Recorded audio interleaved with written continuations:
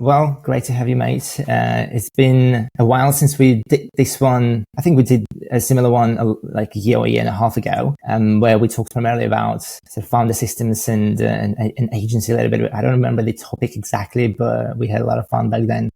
I think I was in Dubai recording a podcast with you. And once again, a year and a half later, you've successfully replaced yourself with the CEO at Magnet Mosnter. You successfully started another agency business, and yeah, man, it's been, I think it's been a hell of a journey for you over the past 5 years, building an email marketing agency, now building a second agency. You've been incredibly consistent with how you show up on social media. Obviously, that is the core of what you do, and how you've built your personal brands on the back of organic marketing content. So today, I'd love to speak about, I think, 3 core topics. Is how you've managed to build an email marketing agency, see 1.5 million in revenue over the past 5 years. How you've been able to sort of not exit, but replace yourself with CEO and minimize the amount of input needed in the agency, and also started your second business, whilst having a baby. You know, I think you're the ultimate, in my view, an ultimate example of someone who manages to climb the ladder of success, right, while it's having a family, having other responsibilities. So I'd love to dive into all of that. That's really kind of you. I don't see myself that way. I think I'm just trying to figure things out the same as all of us, but I'm happy to share what I know, and hopefully it's valuable to some people. Amazing. So for those who are not familiar with you, can you maybe do a brief intro of where you started, your infamous £1,000 overdraft, and what brought you here to this point of your life? So to cut a long story short, I've been working in e-commerce specifically for around 17 years. I'm 35 in a couple of weeks, so half my life at this point. And I've seen the evolution of everything custom coded from the ground up to this Shopify dominant no-code ecosystem, which we're in now, where the barrier to entry is just so much lower. So I've had brand experience of working in-house. I've owned my own retail brands as well. The reason I entered the agency world was because that went out of business. And when I was 29, living in London, I was just in a really precarious position in my life where I had no money. I was being left behind. I wasn't making any money from my general marketing job, which I had to do. And I went to an agency event for Klaviyo, who most people will be familiar with now. And I just seen these 2 19-year-old kids at the time who had around 15 clients, and they were telling me how well they were doing. And it was like a light bulb moment for me that I needed to build a business around Klaviyo. Now, obviously, I had a background in email marketing and e-commerce, so it was serendipitous that I ended up at that event. And we just rode the coattails, basically, of the market consolidating around Klaviyo and Shopify. It was very fortuitous timing. And how I built that business with my business partner was all through LinkedIn organic content marketing. And the reason I did that is because I had no experience with B2B marketing, but I had a lot of experience through content marketing. So I've always been a good copywriter, and I've never shied away from creating content and airing my views. And after posting on LinkedIn now for pretty much every day over 5 years, I think I have a good understanding of how to build a business off the back of content marketing. And obviously that's helped us to build a really successful agency in the space. So Magnet Mosnter today is in the top 0.2% of all Klaviyo agencies. We're an elite partner. We've worked with over 130 brands. And primarily it's been built off my personal brand, which for better or worse has been a challenge to move away from, as the company now runs without me. But it's also been a great blessing as well, because it's enabled me personally to have a huge amount of opportunities in business, not just from Magnet Mosnter, but other businesses, as well as friendships with people like yourself, partnerships, meeting amazing people, and all the other secondary and tertiary benefits that you get from investing in content. And that's a nice segue onto why start a second business if you already have one that's doing well? So in the last year or so, in fact, 2 years, I just got approached by multiple people, mainly agency owners, but also SaaS founders, who constantly ask me how to create the level of volume that I do with content and what my system was. And for me, it's always been very simple and formulaic. But what I realized was, even if I would give people the exact strategy and the systems and make them realize it wasn't a huge time commitment, 2 months later, they hadn't implemented or done anything themselves. And it's the classic conundrum of knowing is one thing, but execution is another. So I realized there was a gap in the market for a content marketing agency or service that helped founders on the agency and SaaS side create a personal brand through content and execute a consistent system to generate content marketing materials. And that's why I'm back at square one, starting Content Army, because I'm really passionate about solving that problem. I believe I can help people. And it's fun just going through the process again, right at the beginning of trying to find product market fit, trying to find out what the best way to fulfill the clients, and just all the other fun, messy things in between. So that's where I am today. I'm out of Magnet Mosnter. Although obviously I do have like stakeholder meetings with the CEO, CFO, the head of operations, just sharing my input and listening mainly to what they have to say about the business. And I'm trying to solve a completely new problem in a similar industry, really, and using all the knowledge that I've gained to hopefully expedite and make it less painful a second time around. Right. So I've got a follow-up question. You said that it's been a challenge to move from Magnet Mosnter because of the personal brand that allowed you to build a company in the first place. I'm actually curious how you're managing the transition, because obviously the clients, the market, know Magnet Mosnter because of you. And I think it is sort of a traditional challenge for a lot of other entrepreneurs who build their businesses around their personal brand, but then they have to move away from it and find somebody else, like a spokesperson or face of the company again. What sort of conversations did you have internally about that process? So there's 2 ways to answer this question and 2 problems, I suppose, that I'm dealing with at the moment. The first one is something we've always been aware of for a long time, and that is, how do we move away for Magnet Mosnter from the dependency on me to generate leads and sales and to a more predictable system that is not reliant on me. And that's not because we necessarily want to sell the business at any point.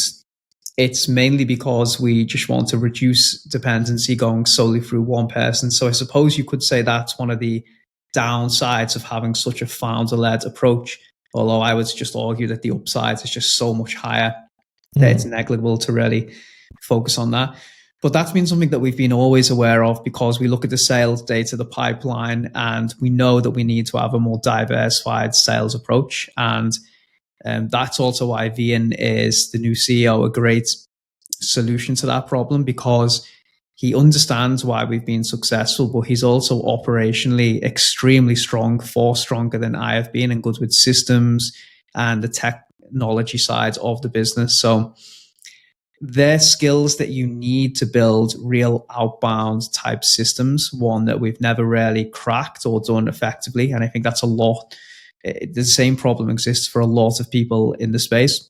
But he's definitely the right person to solve that. And if he can't solve it, then I don't know who will be able to. So we're dealing with it at Magnet Mosnter. It's a transition. We know it's not an immediate fix, but we know it's something that we need to take a long-term view of. And the second challenge is, for me personally, and this is bordering on the ego challenge as well as the passion and direction I want to go in. So I don't want to talk about email marketing anymore. But the challenge is that I've spent 5 years talking about nothing else, and that's how I've built my audience. And there's an expectation from my audience that I will continue to talk about those things. And I still receive a lot of messages asking for my opinion. Now, because I'm talking about something completely different, even though there's commonalities and overlap, I'm obviously being punished by the algorithm and just quite frankly not receiving the same traction on my content because it doesn't resonate enough with the audience that I've built.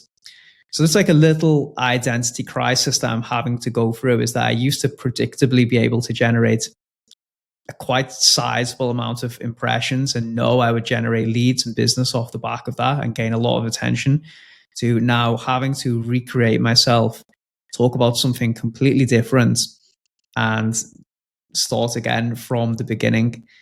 But I'm doing that because I'm passionate about it. I think you need to enjoy what you're speaking about. I won't enjoy forcing myself to speak about email again. And I know I'm able to solve a real problem. So I have to move in this direction. And the final thing is there's just synergies and overlap. If I do really well with this business, because of my network in e-commerce, I know that will have a passover benefits to Magnet Mosnter as well. So yeah, they're just two challenges that I'm dealing with, all stemming from building a personal brand. It's so interesting to listen to your answers because, in my career, I have sort of identified two categories of entrepreneurs. If we put them into the different buckets, one that is like, I wouldn't say true business people, but they build businesses because of I'd say passionate interest and curiosity around building businesses. They don't care. They don't care as much as about the content of the business. It could be anything. They're just more inclined to be very much entrepreneurial about building and exiting and so on and so forth. And there are others who are more creative entrepreneurs. They've got a lot of entrepreneurial tendencies, but at the heart, in my personal observation, they have some sort of passion or a topic that they truly care about. It's obviously all subjective, but I feel I fall, maybe just like yourself, under the second category, where it is important what I built and what I talk about, because it gives me energy. It's like a flywheel effect. But if I care about the topic enough, then my audience and my clients will feel that. But if I'm purely transactional about what I'm building, then I know for the fact that it doesn't matter how hard I push and doesn't matter how smart I'm about the business itself, I'll find myself in a place being questioning myself or questioning my identity as an entrepreneur. So I'd love to hear your thoughts on that. Yeah, I think that's an important distinction. I think obviously you can have both, and I'd be lying if I said I didn't like making money. But I've realized, at least personally, I'm not really motivated by earning much more money than I already have. I consider myself to be relatively comfortable for the lifestyle I want to live and reasonably secure. Obviously, I'm not naive and I never get complacent because things can change, especially with the technology. But I think I've done reasonably well over the last few years. And I didn't have to start this second business because realistically, the position I'm in now, and again, things can change. I'm not trying to be arrogant or get complacent about anything. I could be working 5 hours per week, really, even less, and just earning the same income and spending all time at home with my son, or going to the gym or doing whatever else I want to. So I know I'm motivated by something different. Obviously, you could argue, the upsides of making money, and I want to make more money. We all want to make more money, but it's because I just enjoy doing these types of things. And I think any entrepreneur will do the same. Money is a byproduct of often doing something that you're just really passionate about and a problem that you solve. And it really feels like that the second time around. Like I genuinely enjoy what I'm doing. I feel invigorated by it. And it's just a benefit that obviously it adds value to the businesses that we're trying to work with. And as a result of that, they will pay us for that value that we're able to bring. Do you think it's inevitable that as a first-time founder, you will end up building something that you don't truly passionate about, whatever the passion means in that context? Well, I think passion is just transient, and sometimes you can really care about something, and then other times your motivation wanes. Obviously, discipline is the bridge that you need to continue, especially when you have responsibilities and you have people that you need to provide for, if you have a family or even just looking after yourself and your own future. But one of the interesting mindset shifts I've had the second time around is the first time I built a business out of desperation because I had to do it, because I had no resources to provide to myself, let alone a family. Second time around, I don't have desperation. So the motivation to build something again is completely different. And it's really interesting seeing how I'm able to analyze and deconstruct problems that come my way in a much more logical way, actually.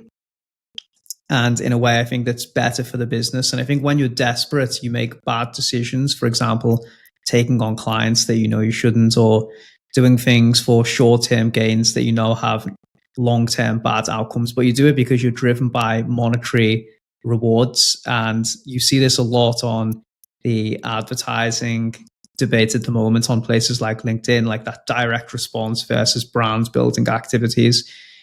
And second time around, if you're not desperate and you don't need the money, which I don't think I need either, then I'm able to make much more rational, long-term strategic decisions. And I feel like I'm doing that with the building blocks I'm putting in place. You still have the urgency to do things fast and you want to execute, but I think your decision-making is more informed. And obviously you have the benefit of experience as well that you previously didn't have and you've made a lot of mistakes from.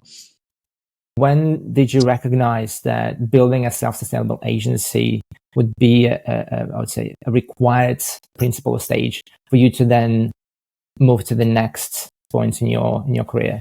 And how did you go about building the systems and operations? I understand, you obviously have a co-founder, and now you have Weekend as a CEO. But what was your thinking about it, or how did you go about building these processes?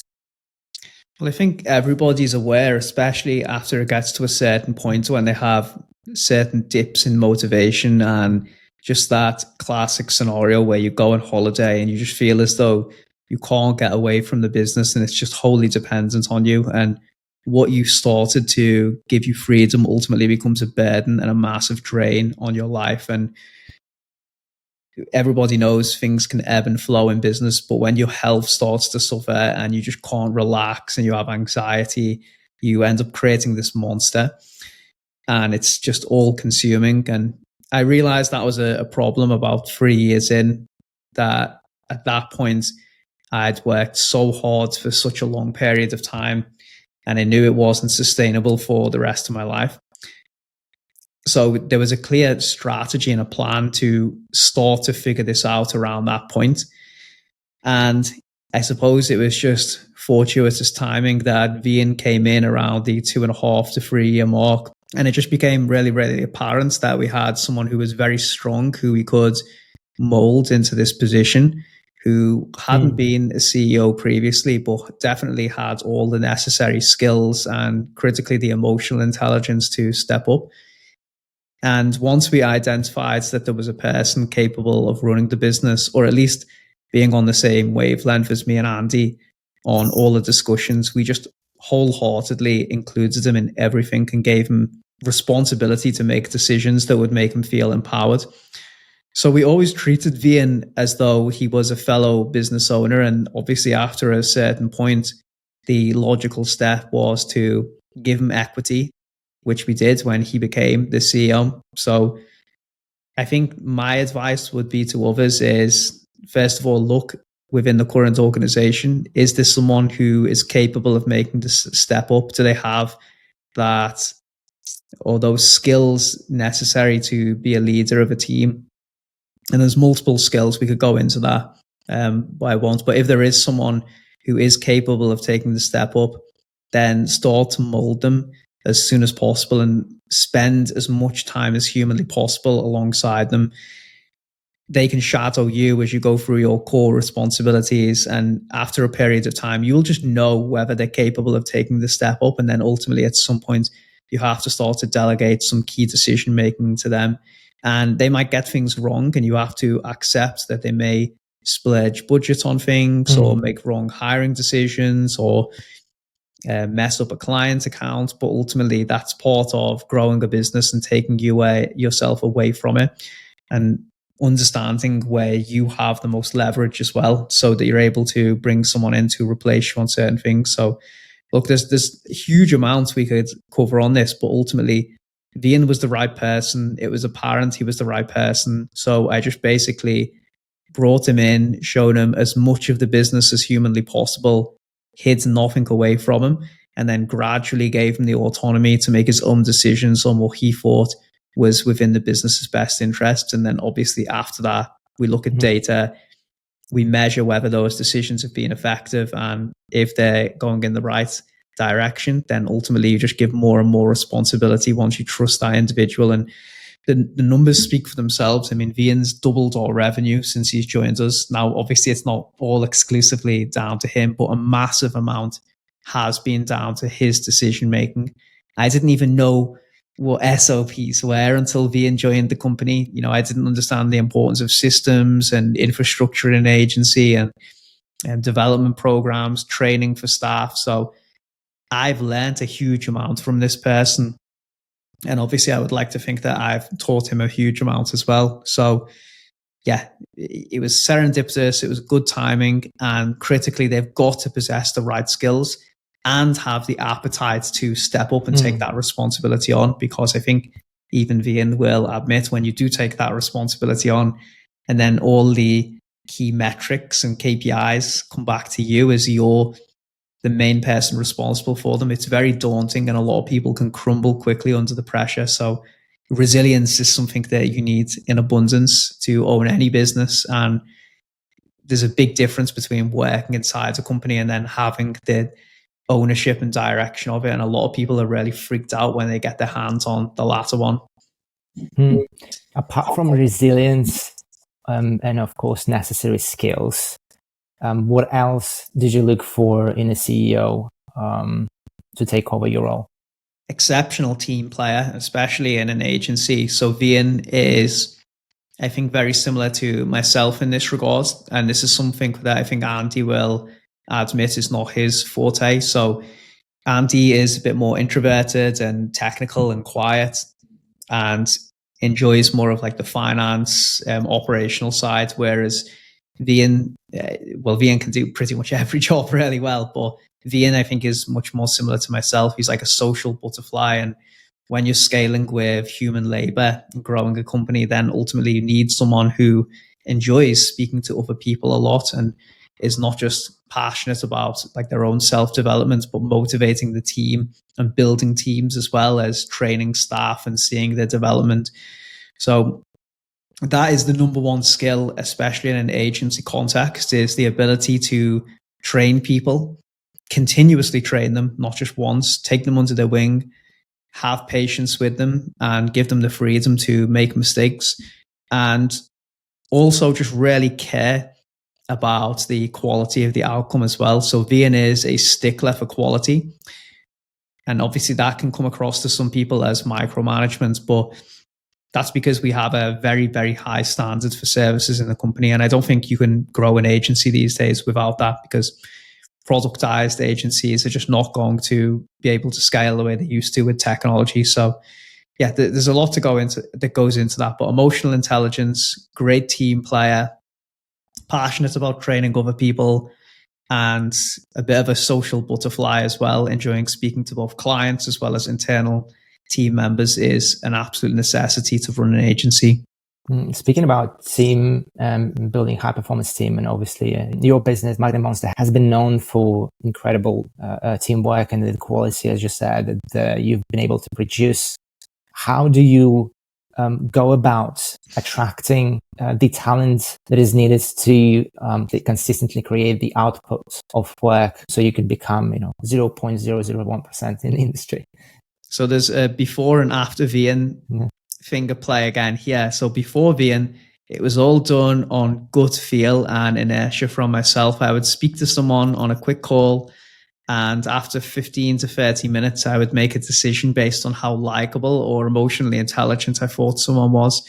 So not a scalable system at all. And it makes me laugh now, but actually worked surprisingly well. So I do consider myself a pretty good judge of character quite quickly, because a lot of those people are still with us and they've been great team members for us. Now we've got a much more robust system that's far more scalable. And obviously, again, it's not dependent on my gut feel. So we have a job spec like anyone else. Don't need to go into how to create a job spec. We then invite them for a pre-qualifying interview, and we use a software called HireFlix where we test somebody's ability to think on the spot over a series of like 3 to 4 questions. And they have then an allocation of time, so 1 to 3 minutes to answer the question. And then we will filter the candidates down based on who we believe to answer the questions most effectively, because dealing with things under pressure is very important, I think, in an agency environment. And then after that, we will invite them for an interview and we will give them a paid trial. And that can be a single task, or it can be a period of 2 weeks where they shadow someone, for example, if they're designing alongside some of our team. And then we obviously gauge whether they're able to keep up with the volume as well as the quality and whether they're a good cultural fit. So job spec, narrow it down through testing somebody's ability to think on the spot, paid assignments, and then pick the winner based on all these. And then critically, like, have a probationary period in the contract. And that's helped us de-risk hiring. I think we've got like an 80% hiring success rate of people who stay at least 1 year. So that is like well above industry standards. How do you develop a good judge of character? Is it innate? Have you been, thinking about that and maybe developing that skill consciously? So something I always look for is sense of humor is important to me.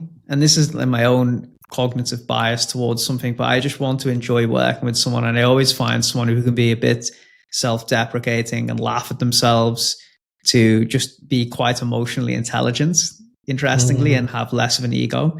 But you never know, like, you can only de-risk things as much as possible. So as much as I would like to say I have some magic formula, I've just made my best judgment, but some people have started and, it's not worked out, or been terrible, or completely different to how they were during the interview process. So nothing is bulletproof, but ultimately I'm looking for someone who is very passionate about self-development in particular. So the money, I know, is going to be a motivation. It is for everyone. But I want someone who really wants to grow and develop and has a vision for the next step up that they want to take in their career. And then alongside that,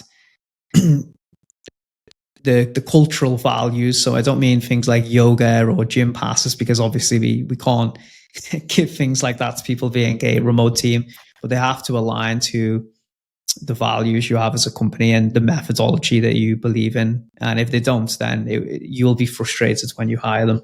So how do you not just maintain, but further develop a great culture in the company, especially when you have people all around the world working for you?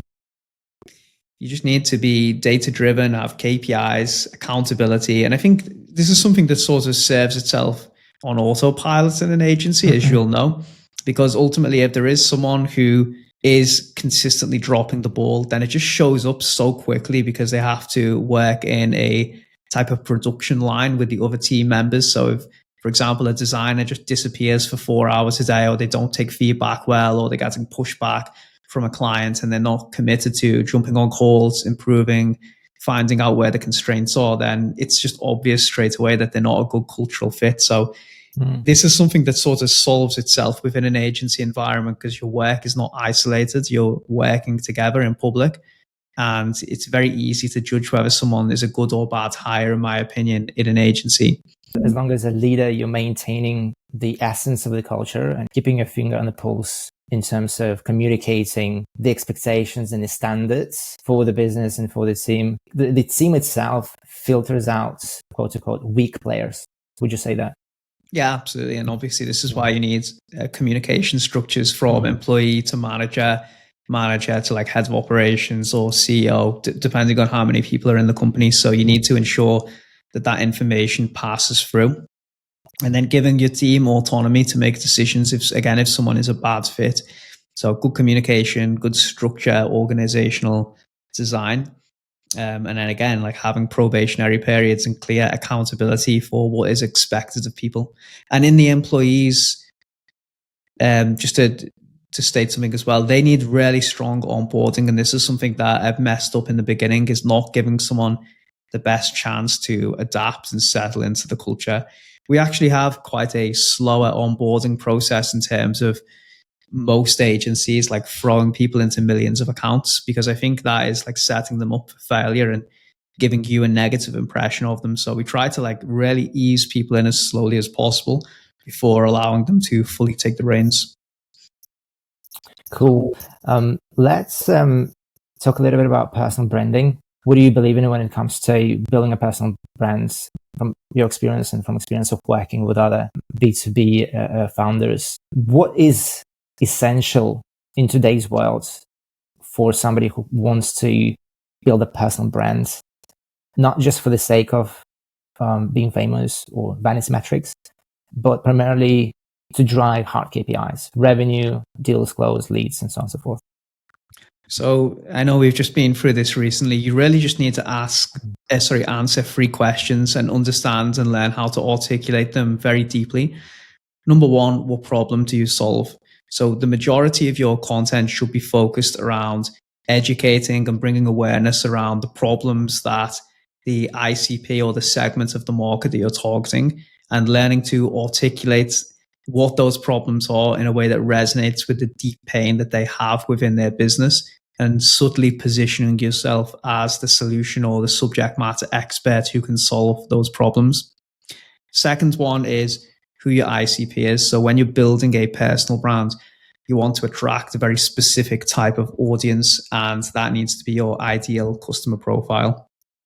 And the third one is you can get a decent content engine going and build a personal brand off the first 2 alone. But if you want to really gain traction and scale your audience, you need a strong, differentiated opinion that segments your audience. So just solving one particular problem to a specific ICP, a lot of people might already be solving that problem. So your content's going to get lost in the noise. So you really need to think on what makes your opinion or your solution different, and how you position that differentiation tying back to the problem that you solve, because that's what's going to generate serious attention, lead to business outcomes. How do you, how do you develop that? Is there a process? Is it some sort of because like not every founder entrepreneur has the ability or the strength of communicating their opinion in a strong manner. Speak to your customers as much as possible. Ask them where the value that you provided to them was, and find creative ways to articulate that. Because the reality is, a lot of us might be solving the same problems that other companies do, but how you speak about how you solve those problems in the verbiage and that differentiated language is still a good way of marketing yourself and building your personal brand. And the second answer to your question is the KPIs. So this is something I've been thinking about a lot recently, and I listened to a huge amount from Chris Walker and how he thinks about this. And the first thing to note is that if your business is not doing well or excelling, and you're frustrated by the metrics, then starting content and expecting it to fix this, even though I think you should be starting content and doing it anyway, if you're judging it by its ability to fix your business and drive immediate lead gen and KPIs for you, then it's the wrong way to begin. Because the way content is working, it's compounding over time and accumulating in value. And if you're driven by short-term monetary needs, then you're going to be frustrated with the impact that your content makes, because it takes time to build an audience. It takes time to find your voice and how to articulate your message and the pain that you solve. And once you do, those gains start to compound over time and give you serious benefits. But if you're driven by short-term KPIs like MQLs, how many leads you can generate, then you're going to be very frustrated at the immediate results from your content. So some of the things that I tell people to look at, and these are generally judged over long term. Content is a long-term play and moat and point of differentiation around your business. It's not a short-term fix. But once you get the content engine set up and you've been creating consistently, then of course you do want to look at the leads that you generate from content. But you also want to look at hiring, so how it helps you attract top talent.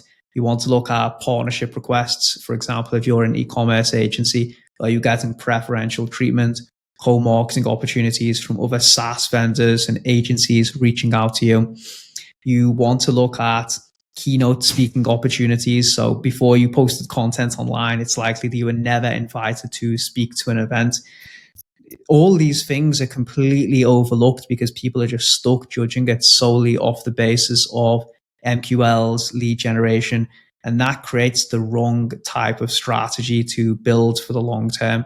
So content is not just about generating sales in the short or long term. The secondary, tertiary benefits, and obviously building relationships and having great friendships like we do can all come from content. So I would just urge people to consider that when they start posting or thinking about what type of content to post.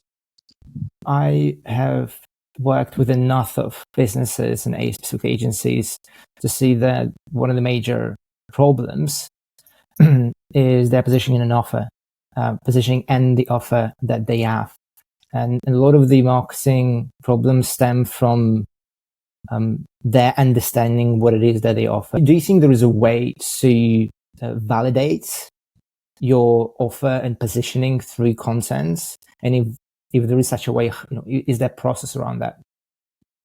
Just so I understand the question, sorry again, could you just repeat it? Is there a way to validate the problem you solve through content? Is there a way to validate the problem that you're solving so you can maybe craft a better offer, a better positioning? And if there is such a way, is there a process that you can recommend?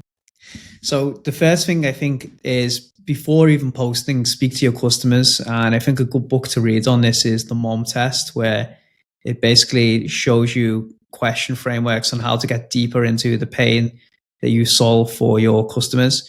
So you need to dig in and really understand what the problems you solve for your customers before you even start posting, because it's going to take a while for you to start receiving feedback and comments, qualitative feedback on your posts. And I consider that secondary to the problems that your customers are telling you that you solve for them. So start with speaking to customers, ask them, and then start to infuse their answers within your content, because you should know that that will resonate with people. If you can solve it for them, then there's going to be people consuming your content that you can solve it for as well. And then pay very close attention to the qualitative feedback and comments that you get on your posts, or also in your inbound DMs. Is what you're saying resonating with people? Take that messaging, double down on it, and create even more content specifically around that, and use that data to infuse and strengthen your messaging. It's been a phenomenal advice, lots of takeaways. Just the last question: you're documenting your journey publicly. Does it make you feel a little bit more vulnerable? How did you find the process so far? It definitely makes me feel more vulnerable. And the reason I'm doing it is because I thought it would attract a lot more attention and support. And also there would be more opportunities that would come from building in public. And there definitely is.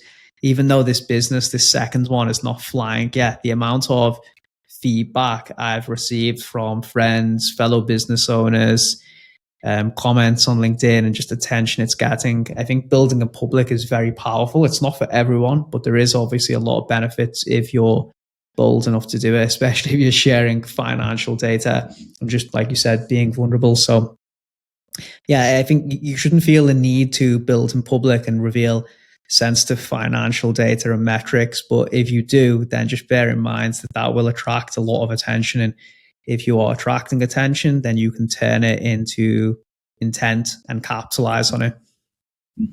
Definitely. Any plans on going omni-channel? You recently started a YouTube channel. How's that going?